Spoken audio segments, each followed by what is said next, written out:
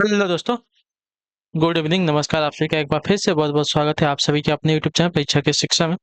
उम्मीद करते हैं कि आप सभी जो है अच्छे हैं, कुशल मंगल है, अपनी तैयारी है बढ़िया तरीके से चल रही। जो बच्चा क्लास में फर्स्ट टाइम है, पहली बार नए हैं, उसे को पता है हमारे चैनल पे जो आपकी बीएड इंटर 2025 की जो आपकी तैयारी है साथ ही रेगुलर बेसिस पे करवाई जाए। तो जिससे भी तैयारी पूरी करनी है, कंप्लीट करनी है, चैनल को सब्सक्राइब करके हमारे साथ जुड़ जाएंगे। और जो क्लासेस है बीएड के साथ साथ जो आपका डीलर वाले छात्र हैं उनके लिए भी इंपॉर्टेंट है, तो वो लोग भी जो है क्लास को अटेंड करेंगे। जीके जीएस की क्लास देखिए सुबह 10 बजे, रीचिंग क्लास जो है दोपहर को 1 बजे, हिंदी की जो क्लास है शाम को 7 बजे आपको हमारे चैनल पर देखने को मिलती है।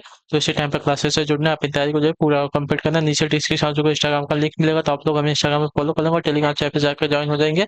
टेलीग्राम चैनल पे क्या है, डेली बेसिस पे क्लास का अपडेट है आपको जो है, बाकी जो एग्जाम के रिलेटेड अपडेट होगा वो भी आपको जो है टेलीग्राम चैनल के माध्यम से बताया जाएगा। तो आप लोग जो है टेलीग्राम चैनल से जुड़ जाएंगे। ठीक है, तो चलें क्लास स्टार्ट करें। स्टार्ट करने से पहले सभी से रिक्वेस्ट है कि जैसे अभी तक क्लास को लाइक नहीं किया, क्लास को लाइक कर देंगे, क्लास को अपने दोस्तों के साथ शेयर कर देंगे। जिसने अभी तक चैनल को सब्सक्राइब नहीं किया, चैनल को जो है सब्सक्राइब भी कर लेंगे आप सभी लोग। ठीक है, तो चलिए क्लास स्टार्ट करते हैं, देखते हैं कि क्वेश्चन ध्यान से अच्छे से और उत्तर देने की कोशिश करते हुए आगे बढ़ेंगे। पहला क्वेश्चन आपका 51 नंबर से क्लास स्टार्ट। क्लेश का अर्थ होता है क्या, बताइए।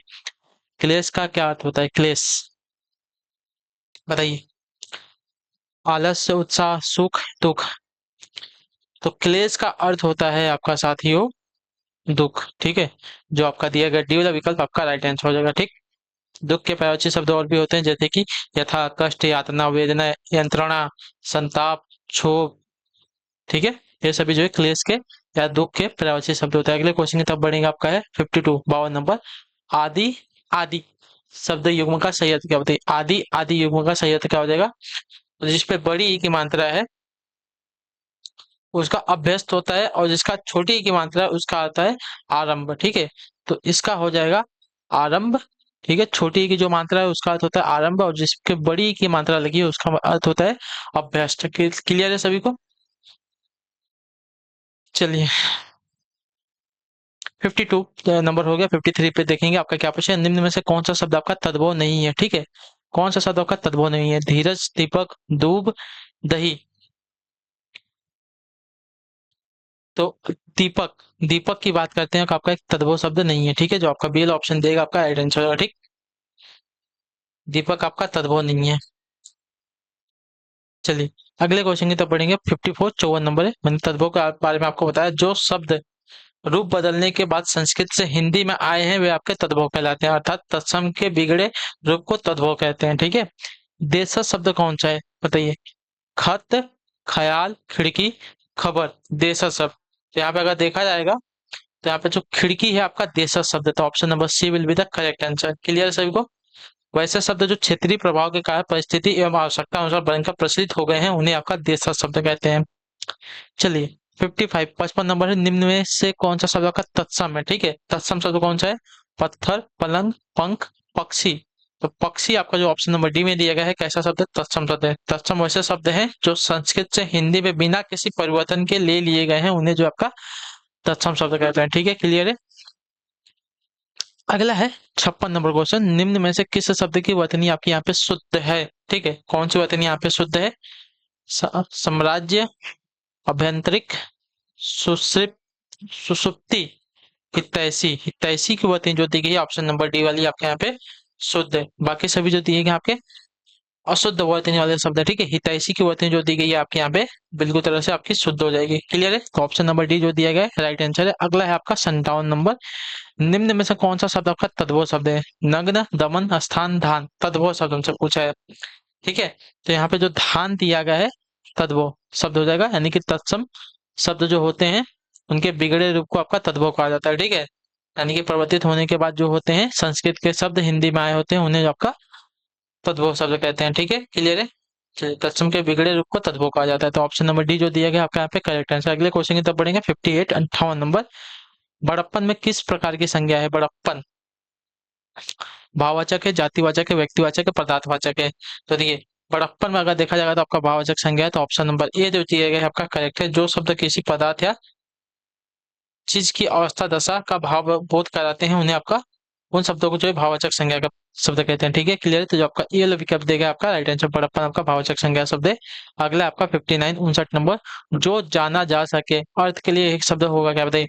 जो जाना जा सके अर्थ के लिए एक शब्द क्या हो जाएगा। तो जो जाना जा सके अर्थ के लिए एक शब्द अगर देखा जाएगा तो उसको वे गे कहते हैं, ठीक है। तो जो आपका सी वाला विकल्प देगा आपका राइट आंसर होगा, ठीक है। क्लियर सभी को इसके बारे में, जो जाना जा सके अर्थ के लिए एक शब्द आपका गे हो जाएगा।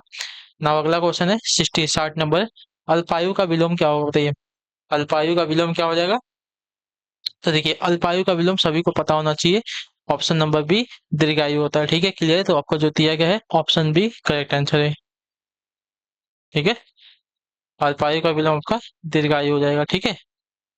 अगला है आपका 61 नंबर। कर कमल में कर का अर्थ क्या होती है। कर कमल जो दिया गया है इसमें कर का अर्थ क्या होता है। किरण है, टैक्स है, हाथ है या हाथी। तो कर कमल में कर का अर्थ आपका हाथ है, ठीक है। तो ऑप्शन नंबर जो सी दिया गया आपका राइट आंसर। कर के अन्य प्राची शब्द जैसे हो जाएंगे हस्त, पाणी, ठीक है, हाथ। चलिए अगले क्वेश्चन की तरफ बढ़ेंगे, आपका है 62 नंबर। मनुष्य को क्षुब्ध नहीं होना चाहिए, वाक्य में रेखांकित शब्द का विलोम। क्षुब्ध, ठीक है, रेखांकित दिया नहीं गया है। क्षुब्ध, क्षुब्ध आपका रेखांकित शब्द है यहाँ पे, ठीक है। तो मनुष्य को क्षुब्ध नहीं होना चाहिए, वाक्य में रेखांकित जो शब्द है क्षुब्ध, उसका विलोम क्या हो जाएगा। तो क्षुब्ध का अर्थ होता है जो क्रोध या क्षोभ से भरा हो, ठीक है। तो इसका जो विलोम हो जाएगा साथियों शांत हो जाएगा, ठीक है। तो जो आपका दिया गया यहाँ पे ये वाला ऑप्शन आपका सही उत्तर होगा, ठीक। क्लियर है, शब्द का अर्थ आपका शांत हो जाएगा। अगला क्वेश्चन 63 नंबर। पदक्रम की दृष्टि से कौन सा वाक्य यहाँ पे शुद्ध है, ठीक है।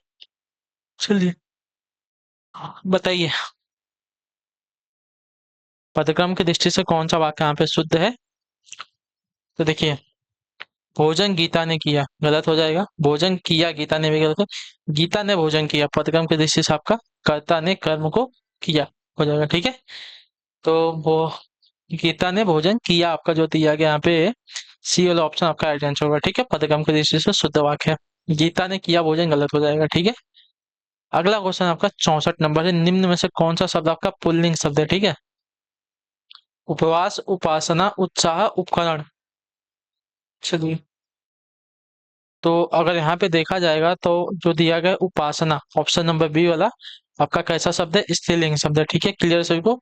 उपवास, उत्साह, उपकरण आपके पुल्लिंग शब्द है। अगला है आपका 65 नंबर प्रश्न, ठीक है। ध्यान से देखिएगा क्या पूछा गया। कृषाणु किसका पर्यायवाची है, ठीक है। कृषाणु जो है किसका पर्यायवाची है। असुर का है, अग्नि का है, किरण का है, अश्व का है। तो कृषाणु, कृषाणु की अगर बात करें तो आपका अग्नि का पर्यायवाची है, तो ऑप्शन नंबर बी जो दिया गया है आपका करेक्ट आंसर हो जाएगा, ठीक है। अनल, ज्वलन, पावक, रोहितावास, आग, वायु सका, हुतासना, हुतासन, ये सभी जो आपके आग के पर्यायवाची शब्द है, ठीक है। क्लियर है सभी को यहाँ तक।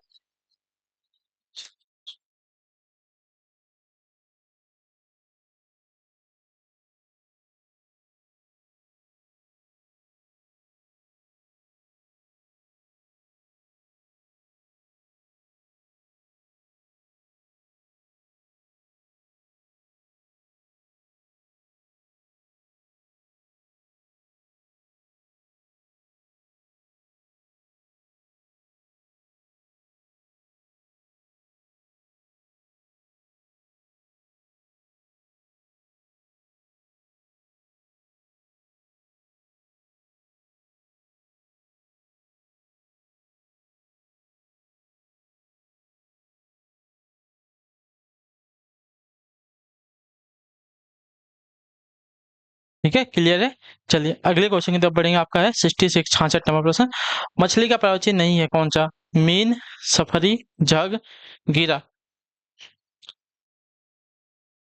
तो गिरा, गिरा जो दिया गया आपका मछली का पर्यायवाची शब्द नहीं होगा। बाकी सभी जो दिए गए मीन, सफरी, झग, मत्स्य, जल जीवन, मकर, ये सभी जो है हमके मछली के पर्यायवाची शब्द है, ठीक है। मकर ध्वज नाम सुना था ना आपने, तो मकर ध्वज जो है, जैसे मकर जो है आपका मछली का पर्यायवाची है। प्रतिमान में कौन सा समास है। प्रतिमान, तो प्रतिमान आपका एक अव्ययभाव समास है, ठीक है। तो जो आपका दिया गया डी वाला विकल्प आपका राइट आंसर होगा, ठीक है। क्लियर हो गया इसके बारे में।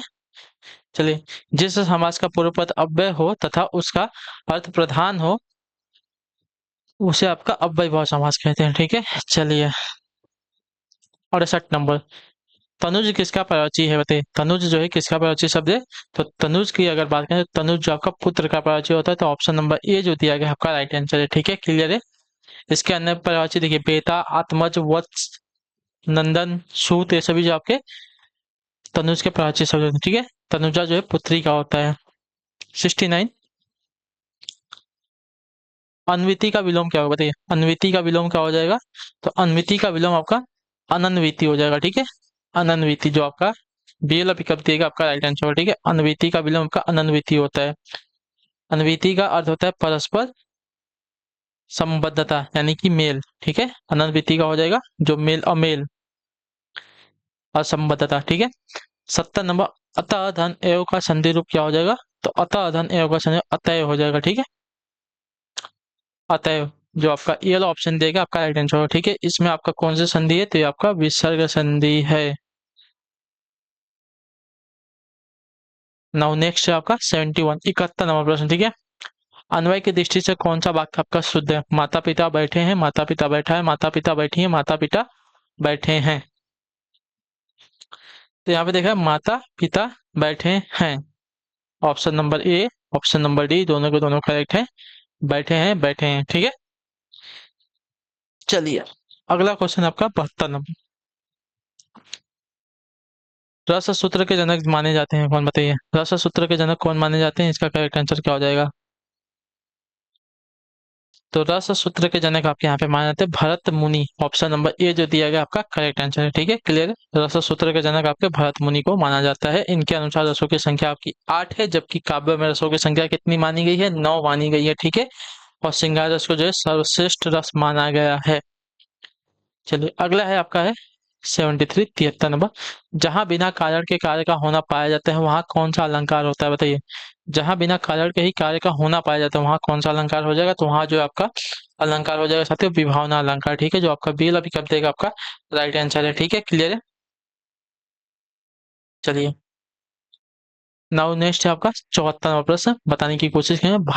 भारतीय वित्री का संबंध किस रस से बताइए? भारतीय वित्री का संबंध जो है किस रस से है? तो इसका करेक्ट आंसर आपका हो जाएगा साथियों अद्भुत रस से, जो आपका सी वाला विकल्प देगा आपका राइट आंसर। भारतीय वित्री का संबंध आपको जो है अद्भुत रस से। क्लियर सभी को इसका बाद? नाउ अगला है 75 नंबर प्रश्न। देखिए, निम्नलिखित वाक्य में कुछ त्रुटियां हैं और कुछ ठीक हैं। त्रुटि वाले वाक्यों को चुनें और उसके अनुरूप ए बी सी पर चिन्ह लगाएं। यदि वाक्य त्रुटिहीन हो तो डी पर चिन्ह लगाएं। ठीक है, चलिए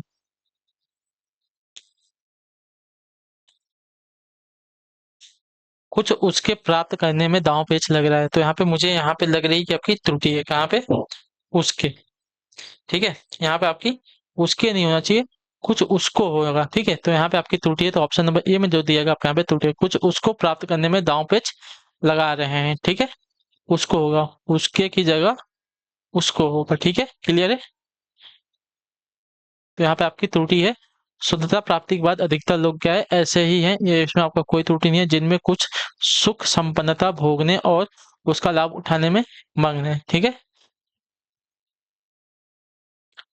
चलिए अगले क्वेश्चन की तरफ बढ़ेंगे। आपका 76, निम्न में महाप्राण व्यंजन कौन सा है?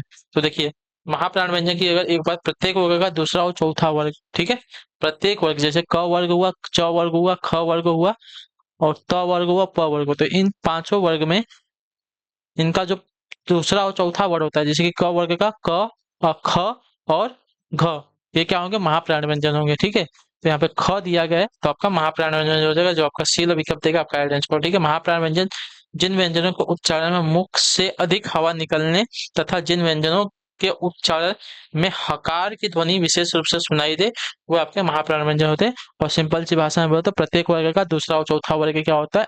वर्ण जो होता है आपका महाप्राण होता है। ठीक है, और पहला और तीसरा जो होता है अल्प प्राण होता है। 77, यातुधान का प्रयोज्य है क्या बताइए? यातुधान का प्रयोज्य शब्द क्या हो जाएगा? तो देखिए यातुधान का प्रयोज्य शब्द अगर देखा जाएगा साथियों तो यहाँ पे निशाचर हो जाएगा, जो आपका डी ऑप्शन देगा आपका राइट आंसर। ठीक है, क्लियर है।